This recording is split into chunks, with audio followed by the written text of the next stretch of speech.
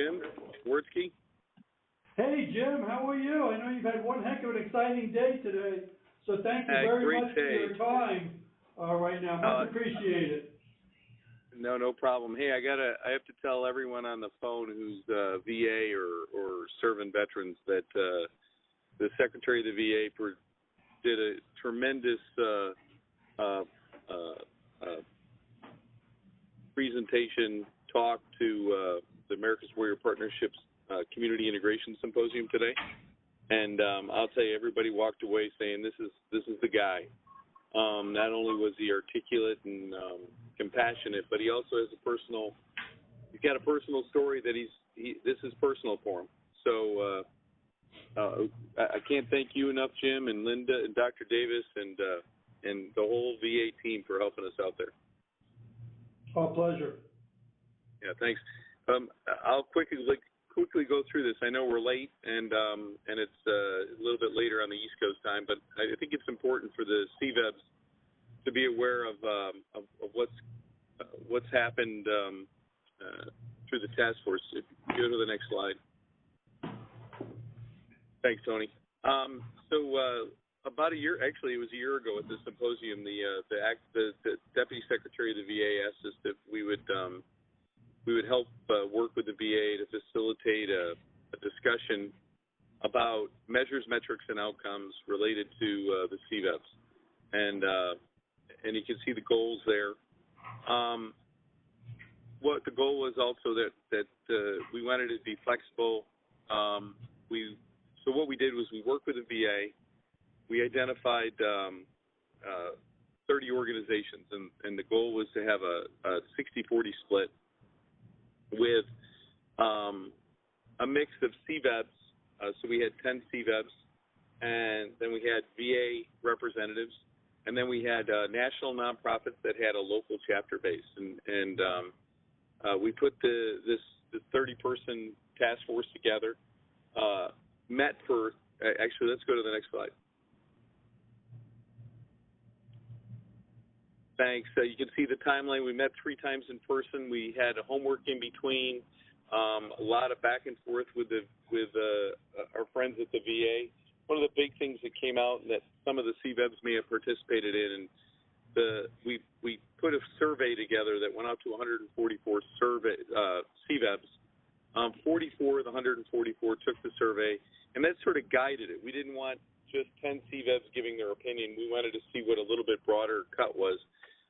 So in total, 54 CVEBs participated, and out of the 144. Next slide, Tony. Thanks. This is what you can see on the chart here is a representation of who was of who served. You can see the national nonprofits. These are organizations that had community-based operations, but the CVEBs were from Northern Virginia, Eastern Carolinas, the eastern side of North Carolina. Upstate Warriors was Northern South Carolina, Colorado Springs, Cleveland, Ohio, San Antonio, Texas, Pittsburgh, Delaware County, which is predominantly Philly, and then Orange County, California. A good representation. I was just completely impressed with the team that came together. Next slide.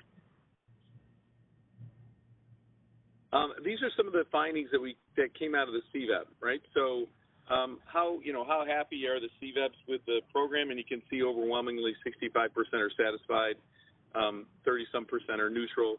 There's some comments, good, bad, and ugly about what they think, but there was really nothing very negative about what the CVEBs thought regarding the CVEB program and the support. Overwhelmingly, it was positive. Next slide. So what we did was we looked at, how many CVEBs felt like that there was an importance of, that metrics were important. And you can see that the vast majority all felt like, we need some metrics to gauge ourselves. And then we looked at how many metrics do you think would be appropriate. And you can see that it's between 4 to 6 on average no more than 6. I think that it's easily represented that no more than 6 measurements at any particular time. And if you recall, we talked about going into this with a good deal of flexibility built in. Next slide. This was interesting. It was so we asked the CVEBs the question, which areas do you strive in? And in terms of the number of those mentioned, you can see the highest percent was outreach, mental health, employment, homelessness, etc. With down on the right side, media, fitness, and independent daily living being what they measured. And CVEBs measure all these. Across the nation, various CVEBs measure one or all of these. So, but this is the percentage. Next slide. Yeah, this is the top 5. So you'll see some similarities, but what you see is that suicide prevention moved up and homelessness moved up. So these are what the CVEBs felt were their top 5. Then we sharpened the tip of the pencil a little bit more and said, what is your number one most important area you would focus on? And number 1 was suicide prevention. Right behind it was access to health care, compensation benefits, and rural access. So what we saw is a common theme across these in terms of refining what we were looking for. Next slide. And then what we did was we looked at it then we looked at functions, and the functions were what do CVEBs believe their role should be in a community, and when it, one was information, and that was the exchange of information, sharing information with their other partners, sharing information with the community, coordination amongst different organizations, which I think is a big key, advocacy. Advocacy was termed in terms of advocating for the veteran and advocating for the CVEB. Education, and data collection, accountability, and then the least, the task they least wanted to do or least wanted to focus on, both current and desired, was fundraising. And then we did the same thing. What was your number 1? And you saw information, coordination, advocacy, a common theme there. So what we came away with was, here's some really core functions that the CVEB brings. And I think Andy Martinez brought it up the other day when we were talking, that she said, well, what do you see as like a leader of the CVEB? And I said, it's somebody who really captures the information, somebody who can be an information, can be coordination, can be an advocate, can be an educator and a leader for the community, is a great lead for a CVEB. Next slide, please, Tony.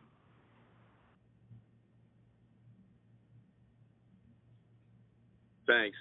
And I laid these out here. This is what they felt the role of the CVEB was. You can see down below where they should focus a good bit of their effort. Next slide.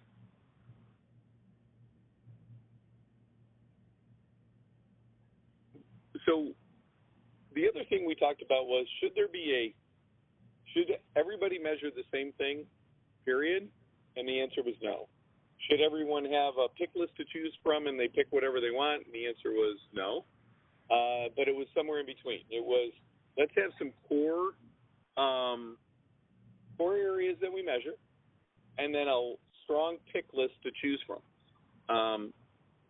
Next slide, we'll go into that.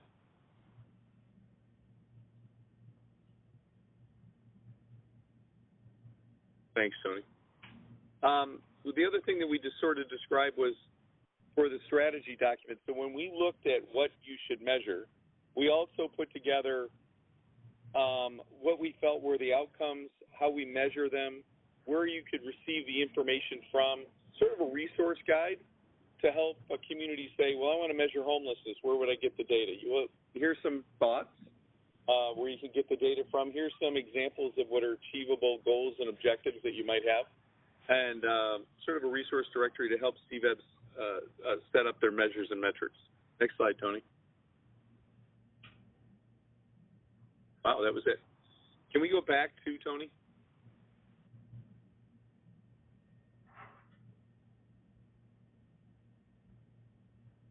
Thanks so much.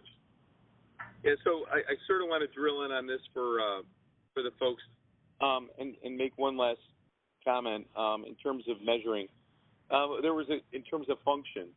One of the functions was should CVEBs be the person that sort of is the traffic cop and hold participants and community leaders accountable for what they were doing. And the CVEBs were split. Some wanted to say, hey, to keep track of how an organization was providing services and provide feedback on how they could improve. The prevailing feeling was, we shouldn't be the ones to be the traffic cop. And if an organization is providing services, that's great, and but not to be the clearinghouse in the community for the ones that are working in that. So that was really quick. I'm trying to get you guys back on schedule. Does anyone have any questions for me?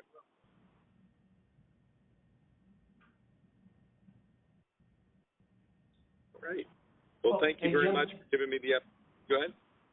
I was just going to say, yeah, you can't argue with the numbers, and thanks for the deep dive on some really interesting data. Yeah, and this is a pretty high-level presentation. We are going to finalize the report and the resource directory, and we're working with the VA to identify what's the best way to implement this and to roll it out so that everyone's aware. But hey, thank you for your time, Jim. Thanks for being out here with us. And Jim, Lorraine, thank you very much. I wish I could have stayed that extra night because you were killing me knowing that the reception was at the NCAA Football Hall of Fame, and I really truly missed that one, but it was certainly a pleasure, and my congratulations to AWP for hosting the 5th symposium, and from all the feedback that I was receiving with Secretary Wilkie and Dr. Davis and all the involvement that we had, this symposium that you hosted was a huge success. So congratulations to you, your team. I did have a chance to walk around and thank them, and I look forward to years to come. So thank you.